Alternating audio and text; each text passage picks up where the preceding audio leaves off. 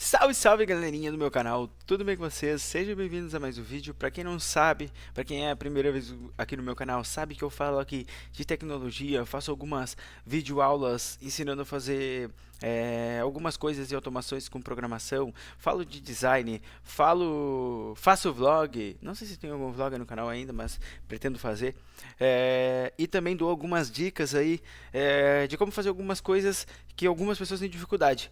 Por exemplo, sons para colocar, pessoal, nos seus vídeos aqui no YouTube. Ah, como é que eu pego o som? Às vezes tu pega uma música ou vai editar vídeos lá no CapCut e acaba tomando strike aqui no YouTube. Então, eu quero ensinar vocês como baixar esses áudios em MP3 e não passar por esse perrengue. Então, vamos começar aqui pela nossa tela no YouTube, tá? Se vocês possivelmente têm um canal no YouTube, então vocês vão vir aqui, vão vir em YouTube Studio, tá?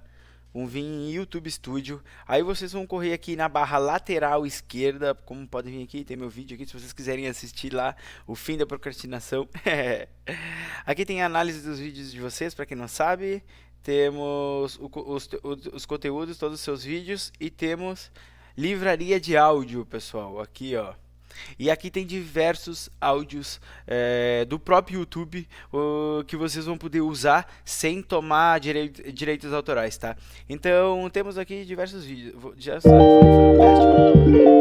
Um somzinho aqui pra botar no fundo de vlog. Tem aqui, deixa eu ver. Um somzinho. Vou ter que baixar um pouquinho o volume aqui. Muito alto.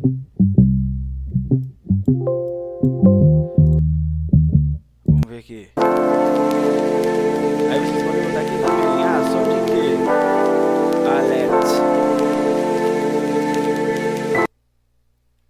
Vamos ver. Som de alerta.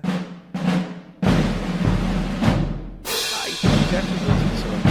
Efeitos sonoros, vamos ver. Vocês podem pesquisar por nomes de efeitos que vocês quiserem usar aqui também. Não vou fazer isso agora, porque aqui tem vários, ó.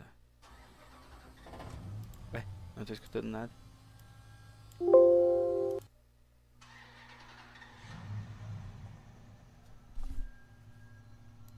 Ixi, tem uns meio bugado. Ah não, é que é muito baixo. Aí.